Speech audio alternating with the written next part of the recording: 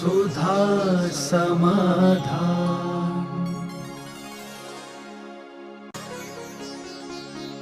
नमोस्तु गुरुदेव। बच्चे असफलता से जल्दी अवसादग्रस्त हो जाते हैं। वे असफलता को सहज रूप में लें, इसके लिए उन्हें कैसे प्रशिक्षण दें? जब व्यक्ति अपनी कुवत से ज़्यादा महत्वाकांक्षाएं करता है तो उसे इस प्रकार की असफलता का क्लेश होता है। हमें खुद अपनी कुवत देखना चाहिए। पहले देखना चाहिए कि हम कितनी कुवत रखते हैं, और हमें ये भी देखना चाहिए कि फेल होने पर हम उसको संभाल पाएंगे अपने आप को या नहीं। हर चीज़ में रिस्क होती है। कोई भी खिलाड़ी होता है वो सबसे पहले सोचता है कि मैं गिर भी सकता हूँ, और गिरने के बाद की तैयारी क्या है। असफल होने के यदि मैं फेल हो गया तो क्या तैयारी है। मैं हमेशा बच्चों को मोटिवेशन देता हूँ कि वो कहते महाराज जी हमारा आशीर्वाद दो, हम इसमें सफल हो जाएं और हम सफलता की तैयारी करें। तो मैं इनसे प्रश्न करता हूँ कि तुम सफलता की तैयारी करने का मेरे से आशीर्वाद ले रहे हो, यदि असफल हो गए तो क्या तैयारी है। आप सीढ़ी पर चढ़ने का भाव कर रहे हैं, बहुत अच्छा है। गिर गए तो क्या तैयारी है। गिर गए को क्या तैयारी है। किसी से झगड़ा करने गए, मारने पीटने गए, ठीक है आप सफल होकर लौटो, लेकिन पिट के आए तो क्या तैयारी है। आज सुबह मैंने प्रवचन में कहा था, चोरी करने जाओ मुझे कोई आपत्ति नहीं है, लेकिन पकड़े गए तो क्या तैयारी है। पकड़े गए तो क्या तैयारी है। तो हमेशा व्यक्ति को एक सोचना चाहिए कि हम जो करने जा रहे हैं इसमें यदि विफल हो गए तो क्या तैयारी है। यदि वो तैयारी करके व्यक्ति आगे बढ़ेगा तो कभी उसको टेंशन नहीं होगा, और असफलता को भी वो कहेगा मैंने पहले से तैयारी थी। यदि मैं फेल हो गया तो मेरी ये तैयारी है। वो सही योद्धा कहलाता है। सही संसार में जीना है तो हमेशा नेगेटिव की तैयारी करके चलो कि सामने वाला क्या प्रहार कर सकता है। तुम प्रहार करोगे लेकिन सामने वाला क्या प्रहार करेगा, क्या तैयारी। तुम जिसके इंटरव्यू में जा रहे हो, कोई दूसरा व्यक्ति सोर्स में लाएगा, 2 नंबर में पास होगा, तुम्हारी क्या तैयारी। यदि ऐसा मौका आ गया तो फिर तुम्हारी क्या तैयारी। तो इन सब चीज़ों पर विचार करना पड़ता है, तभी हम टेंशन से मुक्त हो सकते हैं। अन्यथा टेंशन तो हर असफल व्यक्ति यदि टेंशन करता है तो उसको ऐसे कार्यों को बैठना ही नहीं चाहिए। जो फेल होने की तैयारी नहीं कर सकता उसे पास होने की तैयारी खतरे पर है। नमोस्तु गुरुदेव। इंडिया नहीं भारत बोलो, इस संदेश के प्रति लोगों को जागरूक कैसे करें और शिक्षकों की इसमें क्या भूमिका होनी चाहिए। बोलने में तो हमारे भारत के लोग, इंडिया बहुत कम लोग बोलते हैं। सभी लोग भारत ही बोलते हैं बोलने की भाषा में, लेकिन जब कानून की भाषा आती है तब कानून की भाषा में उन्हें इंडिया बोलना पड़ता है। बाकी आज भी अपने यहाँ भारत ही बोलते हैं, भारत शब्द का प्रयोग करते हैं, और जैनियों में सबसे ज़्यादा महिलाएं इंडिया के स्थान पर भारत बोलती हैं। इसलिए इनके घरों में जब भी आएगा तो इनके मुख से ये नहीं निकलेगा कि कहाँ मैं भारत देश का हूँ, भारतवासी हूँ। तो ऐसी बात नहीं है। अब एक प्रयास है जो सरकार के द्वारा परिवर्तन होना, क्योंकि सरकार की कुछ मजबूरियाँ ऐसी होती हैं, कुछ एग्रीमेंट, कुछ समझौते ऐसे हुए हैं कि उन समझौतों में यदि भारत लिख दें तो समझौते में प्रश्न लग जाएगा। तो सरकार भी कर रही है, सोच रही है। प्रयास करना अपना काम था, आवाज़ उठाना अपना काम है। आवाज़ का जो प्रारूप है वह हम दुनिया के सामने रख रहे हैं। सफलता असफलता पर हमें विचार नहीं करना चाहिए।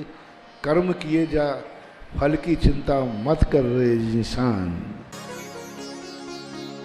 नमोस्तु गुरुदेव। कार्यक्रमों में इंद्र इंद्राणी बनने के पुण्य और वहाँ कार्यकर्ताओं के श्रमदान के पुण्य में क्या अंतर है। कई बार कार्यकर्ता बड़े बेईमान होते, पैसा बचाने वाले कार्यकर्ता में शामिल हो जाते हैं। इंद्राणी बनना और बनाने में इतना अंतर है। एक व्यक्ति भोजन खा रहा है और एक व्यक्ति भोजन परोस रहा है, दोनों में कितना अंतर है। तो बस परोसने वाला उपकार तो ले रहा है, लेकिन उसको ताकत मिलने वाली नहीं। पेट में तो चूहे कूद रहे हैं तो वे तो कूदते ही रहेंगे, और जो खाने वाला है वो खा रहा है तृप्ति का। सर्वश्रेष्ठ है इंद्राणी बनना। कार्यकर्ता के नाम से अपना कुछ कार्य छोड़ देना, चम्मच के समान नहीं जीना। चम्मच क्या होती है? कार्यकर्ता चम्मच के समान होता है, जो दूसरों को परोसती है खीर। चम्मच सबको खीर परोसती है, और चम्मच खीर में डूबी रहती है, और चम्मच से पूछ भाई तेरा स्वाद क्या है, खीर का स्वाद क्या है। तो बस कार्यकर्ता चम्मच के समान है और इंद्राणी खीर खाने वाले के समान है। ये सबसे बड़ा है। पहले मौका मिलना चाहिए तो आपको अपनी पूजा भक्ति करना चाहिए। कार्यकर्ता करने का हमने कोई ठेका नहीं लिया है। कोई कार्यकर्ता जिस महोत्सव में ना हो वो महोत्सव बहुत अच्छा होता है। हम जब भीड़ में चलते हैं, यदि सारे वॉलेंटियर को हटा दिया जाए तो हमारी यात्रा बड़ी सफल होती है। इसलिए कार्यकर्ताओं की जरूरत नहीं है, जरूरत है भगवान की भक्ति करने वालों। और जो भगवान की भक्ति कर रहा है वो तो श्रेष्ठतम श्रेष्ठ ही है। नमोस्तु गुरुदेव। आत्मा का उद्धार एवं पतन केवल भावों पर निर्भर है या कुछ और? आत्मा का उद्धार तो भावों से ही है, लेकिन वो भाव नैमित्तिक भी होते हैं और उपादानकृत भी होते हैं। यदि सामने दुश्मन आ जाए तो हमारे क्रोध भाव जाग जाते हैं। आहत तो क्रोध से ही होगा, लेकिन क्रोध की उत्पत्ति में सामने दुश्मन कारण बन सकता है। इसलिए निमित्त भी परंपरा से हमारे पतन के लिए कारण बनते हैं।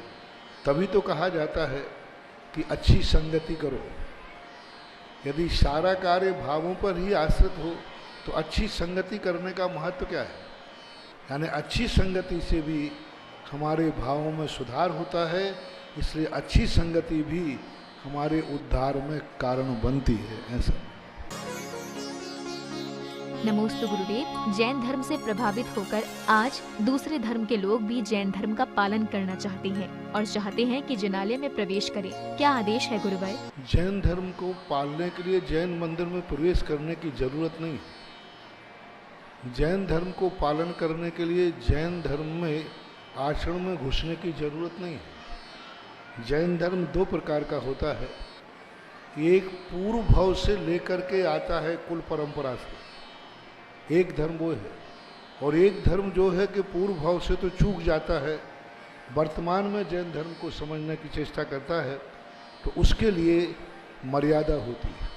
क्योंकि आज का कानून, आज का समाज, आज का धर्म जातिवाद में बढ़ चुका है।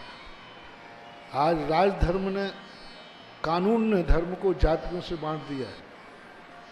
और जब कानून से जाति बढ़ जाती है तो फिर कई प्रकार के विचार किए जाते हैं। कल के दिन वो क्लेम भी कर सकता है। कल के दिन वो कह सकता है कि हम इस मंदिर में आते रहे, इस मंदिर में मेरा अधिकार भी। और फिर अल्पसंख्यों की संख्या इतनी हो जाएगी, यही बात को चूक करके हमारा गिरनार चला गया।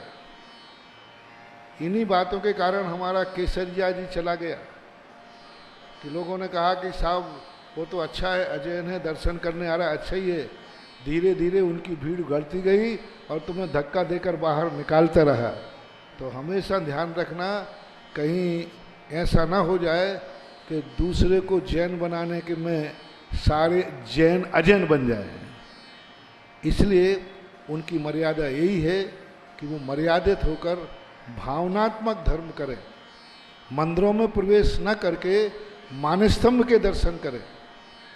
आहारचर्या में प्रवेश न करके सन 1947 के पहले 30-32 में ये पूज्यवर शांति सागर महाराज के सामने ये प्रश्न आया था डॉक्टर अंबेडकर ने प्रश्न उठाया था, और उस समय ये प्रश्न पर जवाब ये हुआ था कि रोटी और बोटी व्यवहार पर और धार्मिक क्रियाओं के ऊपर जैन धर्म में प्रवेश नहीं दिया जा सकता, और भावना तक प्रवेश में सारा जगत जैन बन सकता है, कोई आपत्ति नहीं है।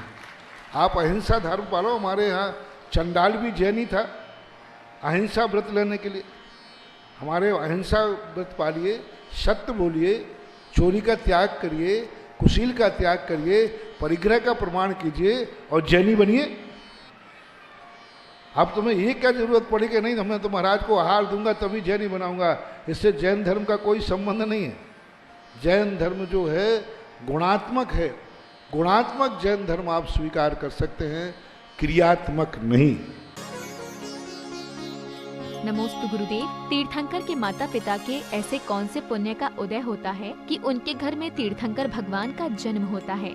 जन्म जन्म से हम कई बार इसको प्रवचनों में कहते हैं कि जो व्यक्ति अपने जीवन में ऐसा भाव करते हैं कि मेरी संतान ऐसी हो जो सारे जगत का पालन करे, सारे जगत की रक्षा करे, मेरे ही काम नहीं आए, मेरा बालक सारे जगत के लिए कल्याणकारी हो। एक व्यक्ति होता है जो सोचता है मेरा बेटा मेरे काम आए, और एक माताएं वो होती हैं कि मेरा बेटा सारे जगत के काम आवे, सारे जगत के दुखों को दूर करे।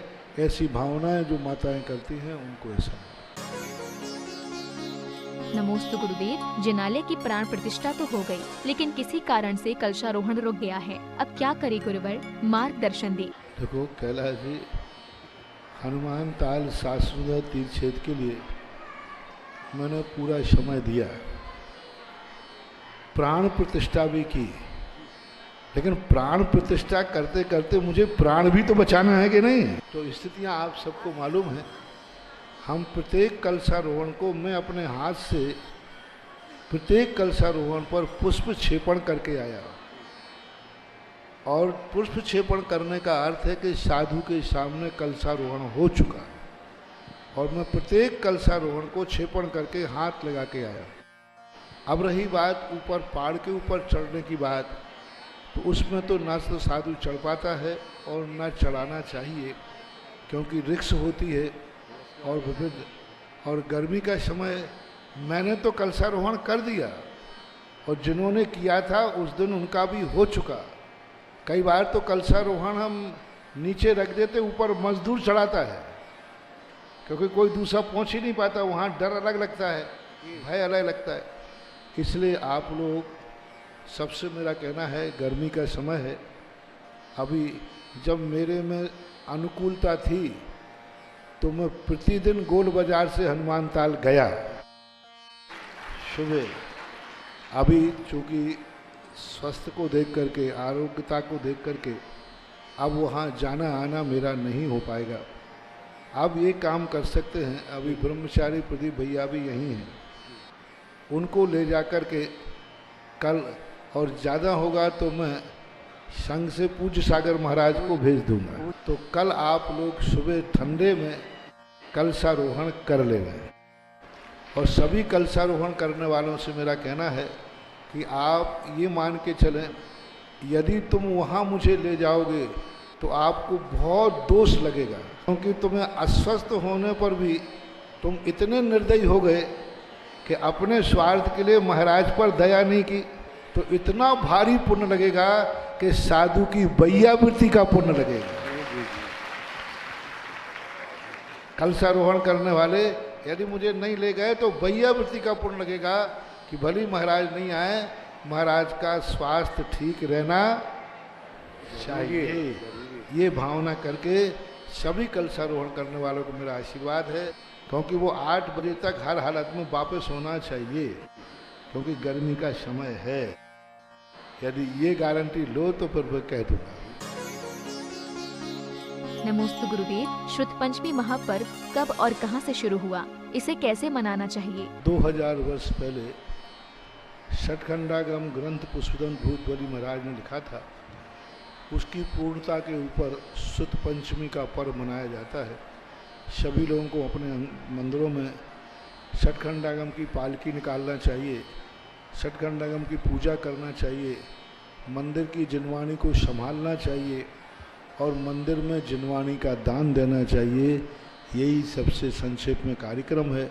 सबको जिनवानी का जितना प्रचार प्रसार करें, और वास्तविक रूप से तो यही है कि शुद्ध पंचमी के दिन साल भर का नियम लेना चाहिए कि इस साल मैं फलाने ग्रंथ का अध्ययन करूंगा, और एक साल का कोर्स बनाना चाहिए कि इस शुद्ध पंचमी पर मैं नियम लेता हूँ, इस साल भर में यह ग्रंथ पढ़ूंगा, और अगली शुद्ध पंचमी पर उसको समापन करना चाहिए और नए ग्रंथ का संकल्प करना चाहिए। नमोस्तु गुरुदेव। आजकल अंग्रेजी बिना बच्चों का भविष्य उज्जवल नहीं है। वहीं आचार्य श्री कहते हैं कि माध्यम हिंदी होना चाहिए। इसमें सामंजस्य कैसे बैठाएं? किसी भी शिक्षा को प्राप्त करने के लिए सोचना चाहिए, कहीं हमारी शिक्षा ऐसी ना हो जाए, शिक्षा लेने वाला ही हमारे हाथ से चला जाए। ऐसा सोना किस काम का जिसमें नाक कान समाप्त हो जाए। ऐसी शिक्षा किस काम की जिसमें संस्कार और संस्कृति खत्म हो जाए।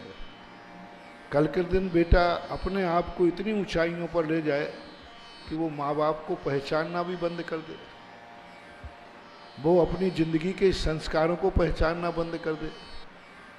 तो हम और साधु संतों के और आचार्य श्री का ये भाव है कि बेटे को पढ़े, लेकिन कम से कम इतना पढ़ने के बाद ध्यान रखे कि मेरे पीछे भी कोई मम्मी पापा हैं जिन्होंने हमें जन्म दिया है, वो भी हमारी कुछ ना कुछ अहमियत रखते हैं।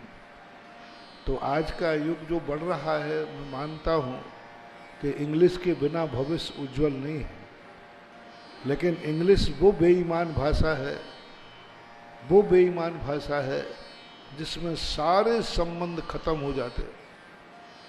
52 अक्षरों को 26 अक्षरों में समेट दिया, सारे रिश्ते खत्म कर दिए। जो रिश्तों के संबंध थे वे रिश्ते इंग्लिश में नहीं होते, एक शब्द में सबको बराबर कर दिया जाता है। तो संस्कृति की विनाशक है इंग्लिश। भाषा से हमें द्वेष नहीं है, लेकिन उस भाषा के जो कुसंस्कार हैं उन कारणों से, हालांकि इंग्लिश पढ़ाई जाती है, इंग्लिश पढ़ना पड़ेगा, लेकिन मीडिया कम से कम मीडियम जो है हिंदी हो, भली हमारी भाषा इंग्लिश हो। लेकिन ये मैं मानता हूँ आज के युग में बिना इंग्लिश के भविष्य उज्जवल नहीं है। यदि आपको बच्चों को नौकरी कराना है तो आपको मीडियम में इंग्लिश मीडियम होना चाहिए। आपकी मार्कशीट देख करके कि आप हिंदी मीडियम से पढ़े हैं तो आपको अच्छी उच्च क्लास के स्थान नहीं मिलेंगे। तो परिस्थितियां हैं, लेकिन फिर भी बुझते हुए दीपक को जितना बचा सकें हम लोग बचाने का प्रयास कर रहे हैं। बाकी तो फिर युग की हवा है, जहाँ ले जाए। सुधा समाधान।